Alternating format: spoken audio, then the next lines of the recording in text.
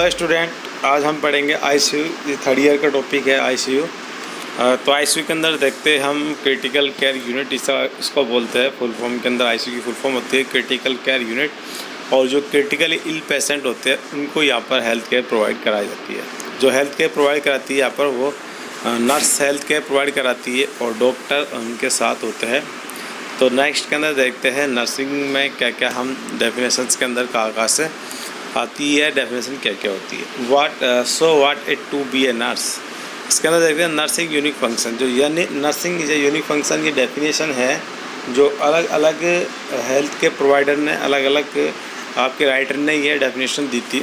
WHO वो जो world health organisation है उन्होंने भी एक डेफिनेशन दी थी। उसके बाद अमेरिकन नर्सिंग एसोसिएशन ने डेफिनेशन दी थी और इंडियन नर्सिंग काउंसिल ने डेफिनेशन दी थी और इंटरनेशनल काउंसिल ऑफ नर्स ने भी डेफिनेशन दी थी। Nursing unique function, the following definition of the nursing has appears in a nursing text Harmer and Anderson 1955। Harmer और एंडरसन ने ये डेफिनेशन 1955 के अंदर दी थी। In a monograph the nature of nursing, monograph nature of nursing, ये आपकी definition दी थी एंडरसन ने 1966।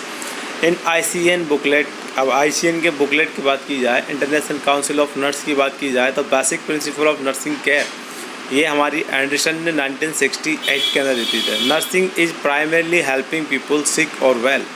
नर्स कौन से पेशेंट की केयर प्रोवाइड करती है, प्राइमरी हेल्प करती है एक पेशेंट जो सिक है और वेल है। उसके बाद में in the performance of those activity contributing to health and अपनी एक्टिविटी को कंट्रीब्यूट करती है हेल्थ के अंदर, परफॉर्मेंस करती है अपनी केयर को और वो कंट्रीब्यूट होता है हेल्थ के अंदर। उसके बाद में it is recovery to a purposeful death and that the way performance unaided if they had the necessary strength, will or knowledge. It is likewise the unique contribution of nursing to help people to be independent, such as assistance as soon as possible. The nurse is temporarily the conscious of unconscious, the love of life of the suicide, the leg of the amputated, the eye of the newly blind, means locomotion of the newborn, knowledge, confidence for young mother, voice of those too weak to speak and so on. तो इसके अंदर देखते हैं हम nurse जो contribution होता है nursing health के अंदर वो कहाँ पर कंट्रीब्यूट कर सकती है।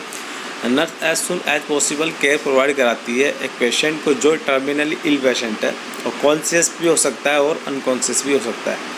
नेक्स्ट के बाद एक पेशेंट जो इसने सुसाइड अटेम्प्ट किया है अभी, तो ऐसे पेशेंट के अंदर मेंटली जो प्रेशर होता है उसको कम करने के लिए नर्स हेल्थ केयर प्रोवाइड कराती है। नेक्स्ट के बाद एक लेग एम्पुटेड हुआ है पेशेंट का, तो ऐसे पेशेंट के अंदर मेंटली इम्प्रूव करने के लिए, उसकी मेंटली एबिलिटी को इम्प्रूव करने के लिए, लाइफ को कैसे आगे सेटल करनी है उसको इम्प्रूव करने के लिए नर्स है यहाँ पर हेल्थ केयर प्रोवाइड कराती है। उसके बाद में जो आईज़ ब्लाइंडनेस हुआ है, अभी न्यूली ब्लाइंडेड हुआ है पेशेंट, तो ऐसे पेशेंट के अंदर भी मेंटली एबिलिटी को बढ़ाने के लिए, इम्प्रूव करने के लिए नर्स हेल्थ केयर प्रोवाइड कराती है। साइकोलॉजिकल सपोर्ट पेशेंट को प्रोवाइड कराती है। और उसके बाद में न्यूबॉर्न हुआ है अभी और जो मदर है उसकी, तो उसको कॉन्फिडेंस प्रोवाइड कराती है न्यूबॉर्न की केयर के लिए।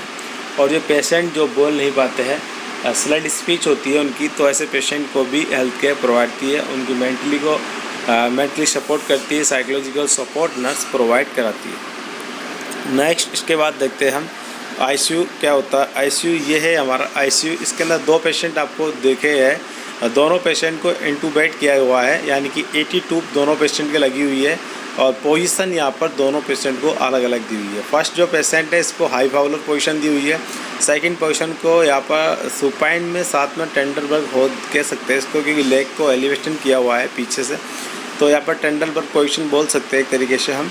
और पेशेंट को यहाँ पर इंटूबेट करके वैन सर्किट से कनेक्ट करके और वेंटिलेशन से कनेक्ट किया हुआ है। साथ में यहाँ पर आप देखोगे तो अलग अलग यहाँ पर इन्फ्यूजन पंप लगे हुए हैं। नेक्स्ट कार्डियक मॉनिटर है और ऑक्सीजन सप्लाई के लिए यहाँ पर ऑक्सीजन पंप है और सक्शन कैथेटर के लिए भी यहाँ पर वैक्यूम सेट लगा हुआ है। और पेशेंट के यहाँ पर देखो बेड साइड में, तो बेड साइड में यूयू बैग लगा हुआ है। नेक्स्ट फर्स्ट के अंदर देखें तो फर्स्ट पेशेंट को इन्फ्यूजन चल रहे, काफ़ी इन्फ्यूजन लगे हुए हैं, 80 ट्यूब लगा हुआ है, इंक्यूबेट किया हुआ है और साइड रेलिंग को अप किया हुआ है। साइड रेलिंग अप का हमारे पर्पज़ होता है पेशेंट को इंजरी से बचाना या फॉल डाउन।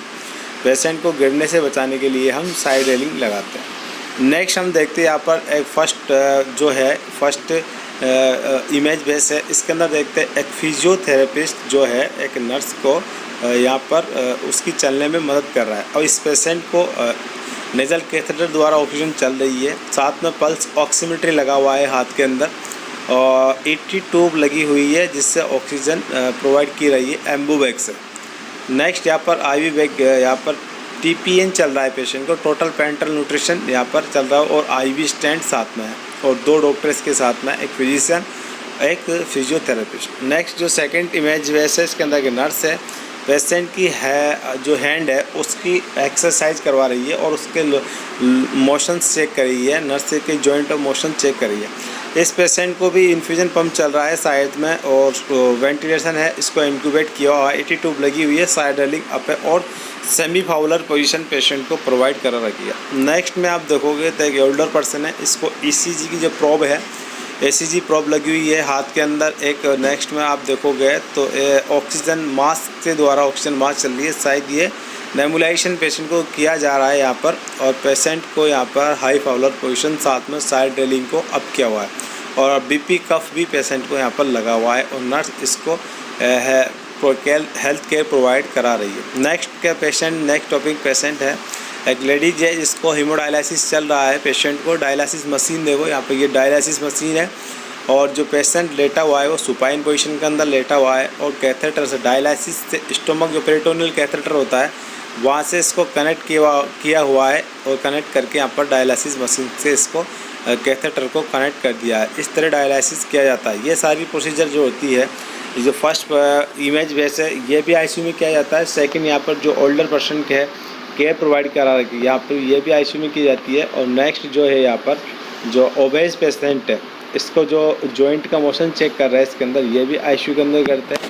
यहाँ पर एक पेशेंट है जिसको यहाँ पर चलने में मदद कर रखे पेशेंट, तो ये सब ICU में की जाती है। नेक्स्ट यहाँ पर 2 पेशेंट है, दोनों क्रिटिकल इल पेशेंट है, हेड इंजरी के हो सकता है, मायोकार्डियल इन्फार्क्शन के हो सकते हैं, रेस्पिरेटरी डिस्ट्रेस सिंड्रोम के हो सकते हैं। तो दोनों पेशेंट में यहाँ पर हेल्थ केयर प्रोवाइड कर रहा है।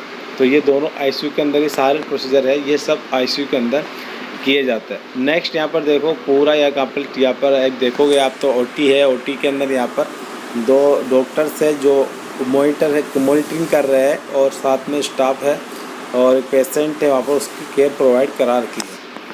नेक्स्ट के अंदर देखते हैं ट्रेजेक्टरी फैक्टर क्या होता है। ट्रेजेक्टरी फैक्टर ऑफ इलनेस, इसके अंदर देखते हैं इंडिपेंडेंट होता है, लेवल ऑफ फंक्शन चेक करता है। पेशेंट हॉस्पिटल के अंदर एडमिशन होता है तो कितनी एज तक हम ट्रेजेक्टरी फैक्टर एक्सपेक्ट करते हैं। नेक्स्ट के बाद देता है duty of care. Duty of care के अंदर क्या आता है, when they engage with patient in the clinical setting we automatically enter into the health professional patient relationship, वह ड्यूटी केयर ऑफ अप्लाई। जब हम एक पेशेंट के साथ इंगेज होते हैं क्रिटिकल केयर सिटिंग के अंदर, तो हम ऑटोमेटिकली पेशेंट से रिलेशनशिप में आ जाते हैं, प्रोफेशनल हेल्थ के अकॉर्डिंग या उसके हिसाब से हम पेशेंट के रिलेशनशिप में आ जाते हैं, जिससे पेशेंट को हम ड्यूटी केयर अप्लाई अपने आप हो जाती है ऐसे पेशेंट के अंदर। तो नेक्स्ट के बाद देखते हैं this means the nurse has an obligation to try project to patient from any foreseeable harm ensure reasonable standard care is delivered. तो ऐसे पेशेंट जो होते हैं हार्मफुल होने से उन्हें बचाते हैं हम, उन पेशेंट को इंजरी से प्रोटेक्ट किया जाता है और स्टैंडर्ड केयर डिलीवर करते हैं ऐसे पेशेंट जो ICU के अंदर एडमिट होते हैं। तो नेक्स्ट इसके बाद देखते हैं हम essential nursing care what it is. Essential nursing care क्या है, इसके अंदर क्या क्या आता है, ये सारी चीज़ हम कल पढ़ेंगे। तो आज हमारा टॉपिक यहीं तक था।